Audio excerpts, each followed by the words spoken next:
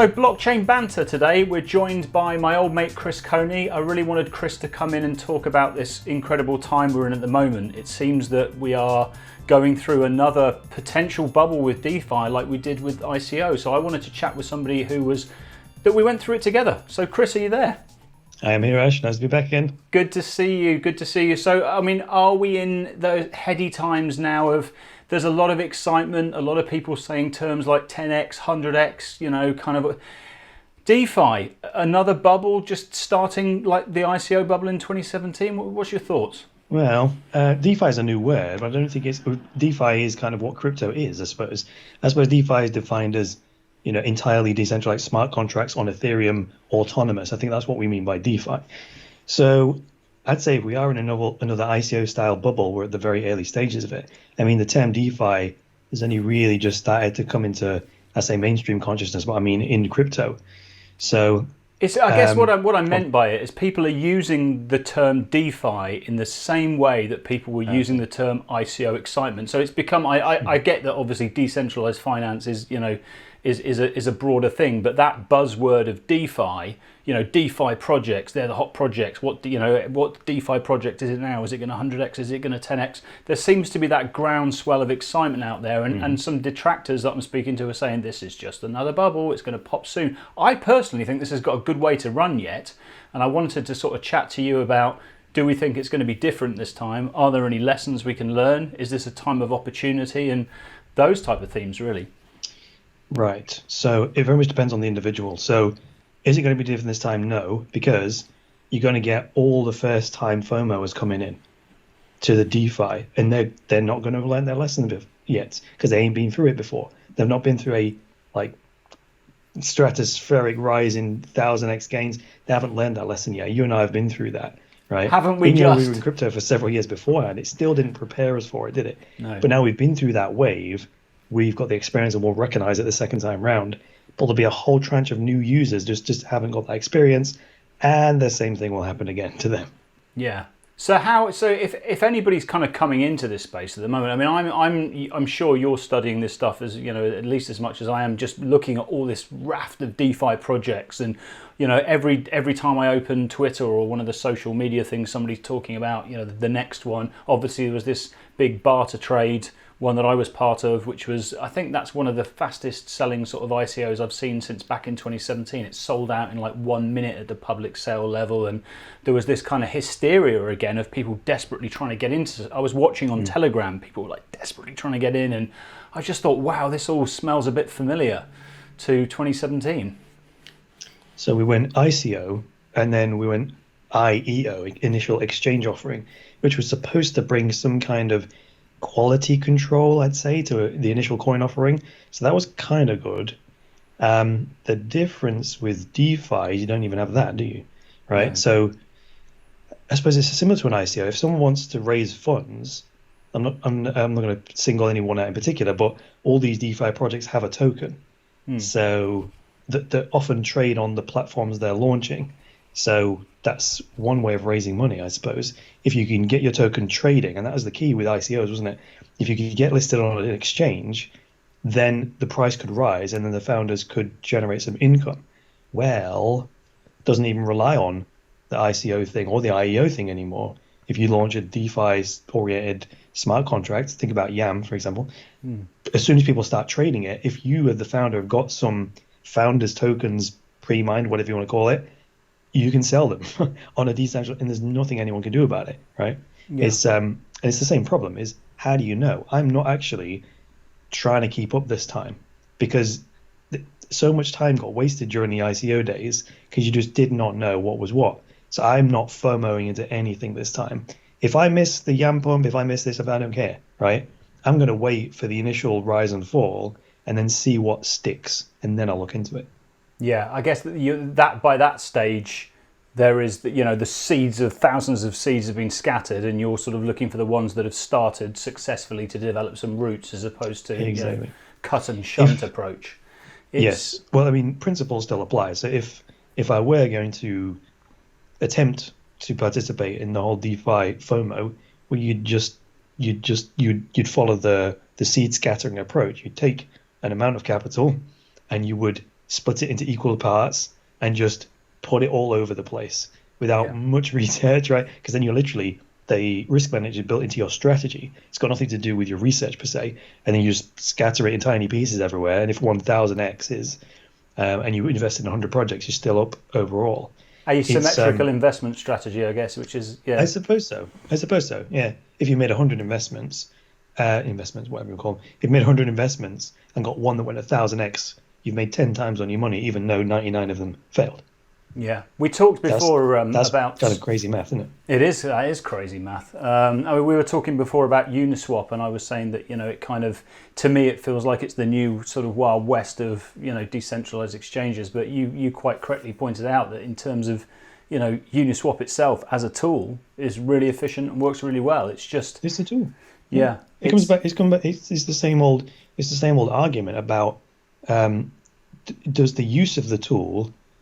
That's where the good or bad is, a knife, a gun, whatever, all the whole argument. I'll get into that. Yeah. But Uniswap works, right? Yeah. The snafu is that it allows anyone to list a token, an ERC20 token on it, right? Yeah. Which is brilliant in the free market, but everything's open to abuse. Yeah. And that's the argument against free market economics is you've got no safeguards. People need protecting from themselves. There you go. So it brings us the free market. People who advocate for free markets are also the people that advocate for 100% personal responsibility. Which, I mean, if you're not, this stuff's quite heady, isn't it? This whole crypto thing. So if you're not prepared to digest massive amounts of information and process it, or if you just don't have that kind of a mind, you're at a significant disadvantage because you need to be able to do that to sort through all the chaff to get to the wheat, right? Yeah. So that's kind of where we're at. How do you know what the hell's on Uniswap, what's good, what's bad? Don't you? I mean, I saw, one meme running through Twitter at the moment, which is Bull Run Jesus, which is kind of like a whole meme, and he's got his own BRJ coin that's on Uniswap, and it's literally the whole thing is just memes of him as the Jesus of crypto trying to take us on a bull run, and I just thought, wowzers, we're really back. It seems actually even crazier this time, dare I say it, than it was last time with some of the stuff. But I would say so. Have you adapted your strategy to obviously, looking back, we had many conversations about looking back to 2017, what we'd do differently, what we'd learned, all the rest of it. I'm very keen to not make the same mistake twice, to either miss out on A, opportunity, or B, not realise the right point to sort of pull a ripcord. Mm-hmm. So, okay, yes, ever changing my strategy? Absolutely. FOMO doesn't figure into it whatsoever. I've scaled down my position sizes significantly. For example, one I'll give you one. Ultra I took a position in Ultra last December. It's small now. It's done extremely well, but I haven't gone, I should have put more money into it because that's greed. Don't do that. So it's already doubled since then, right? But I've put a very small amount of money into it, because it could have gone to zero as well. So that's why you only put a small amount into it. So that's point one. That's how I've altered my strategy. The other thing I've altered is the amount of time I'm holding my positions for. That's an 8-month hold to get 200%. People are like, that's terrible. I want 1,000%. See, that'll kill you. That will lose you all your money. Don't do that, right?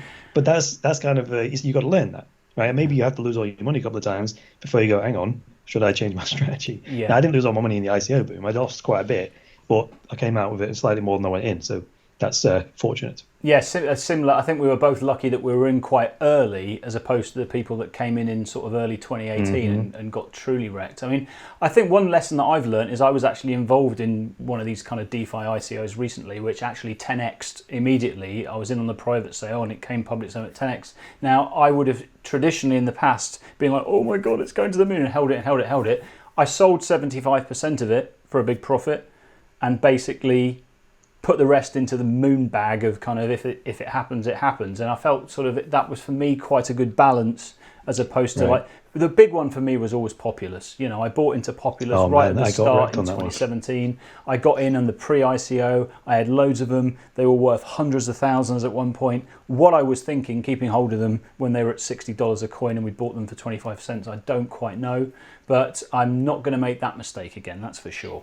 Okay, so what it is a loss of perspective. We get lost in crypto, and then we start using Bitcoin as a baseline for returns, and then want more than Bitcoin returns. Now, that's a complete loss of perspective. If you zoom out to the wider economic system and look at what other gains are available from other asset classes, even the that's ridiculous, poor returns that Bitcoin gives you in crypto relative to some of these ICO and these DeFi tokens, even the worst gains in crypto are destroying traditional assets. Yeah. So even if you get like the worst return in crypto, you're still getting a better return than anything else. So that's where the perspective needs to be kept.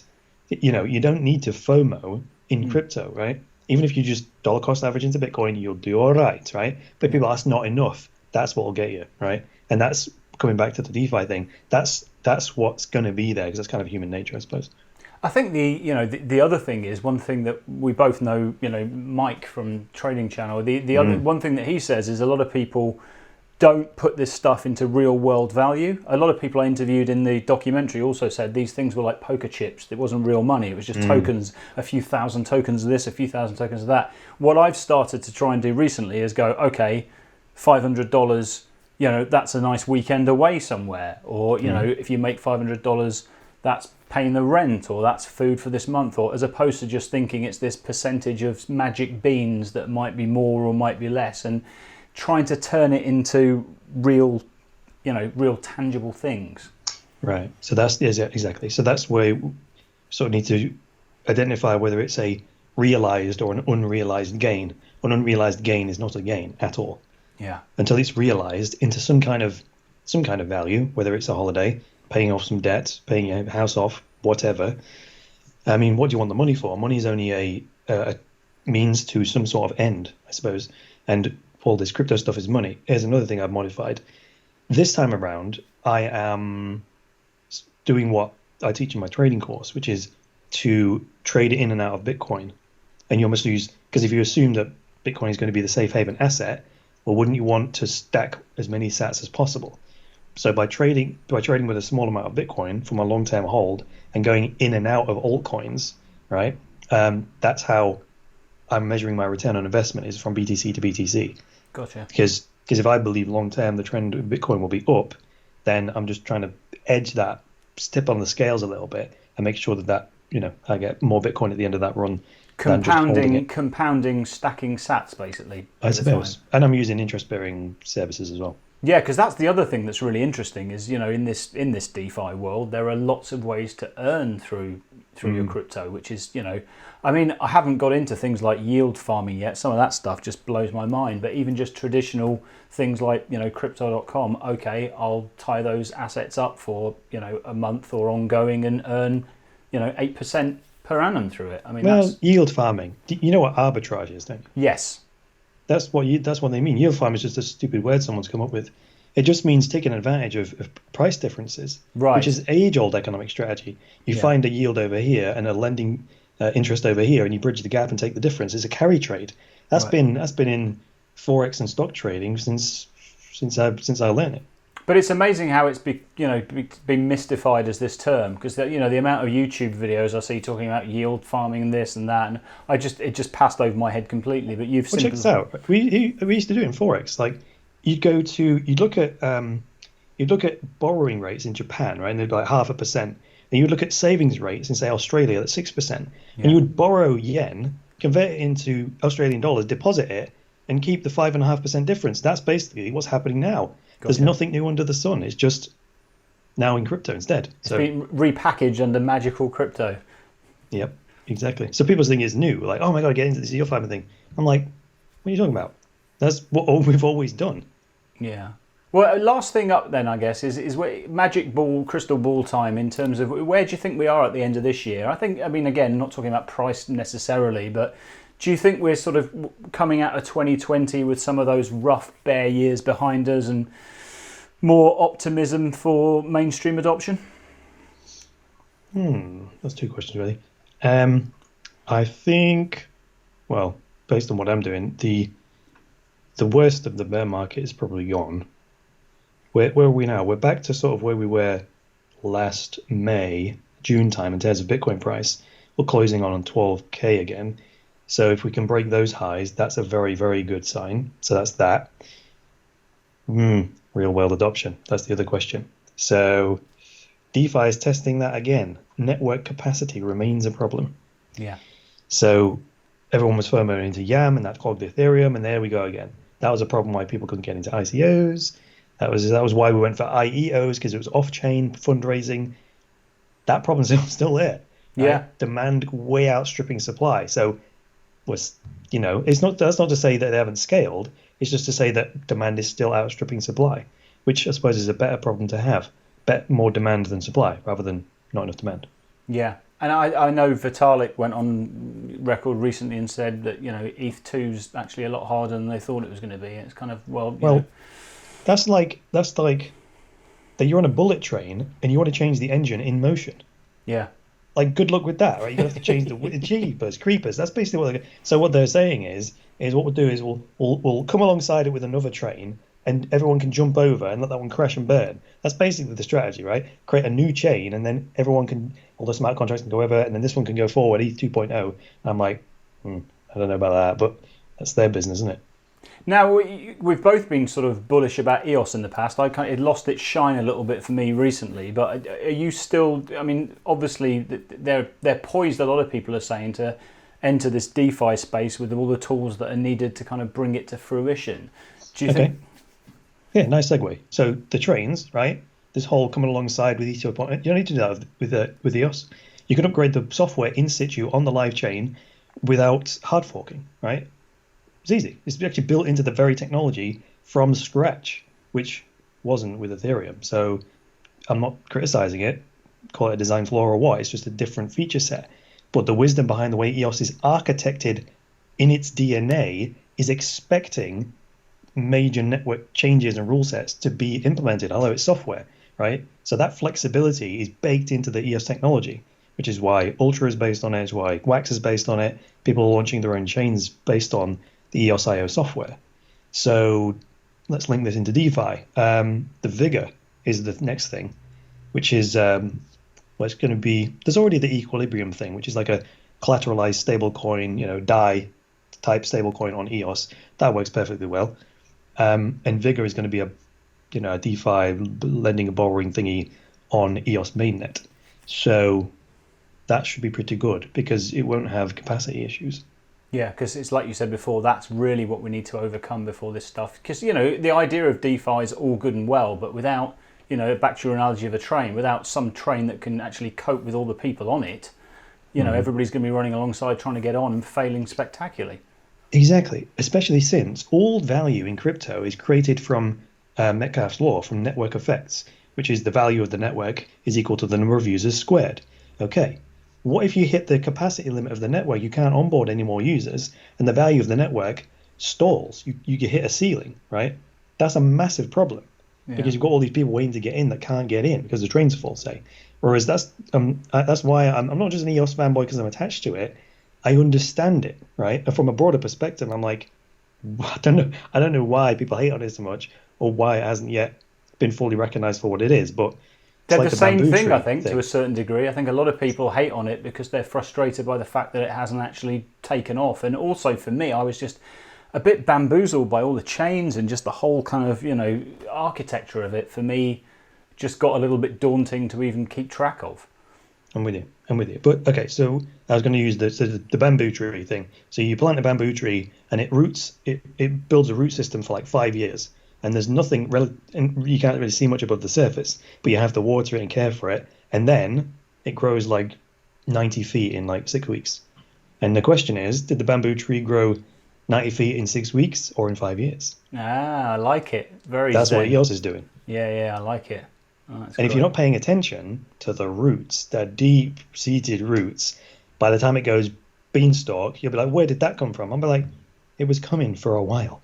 Yeah. And then all the FOMO guys will be climbing that as fast as they can. Exactly.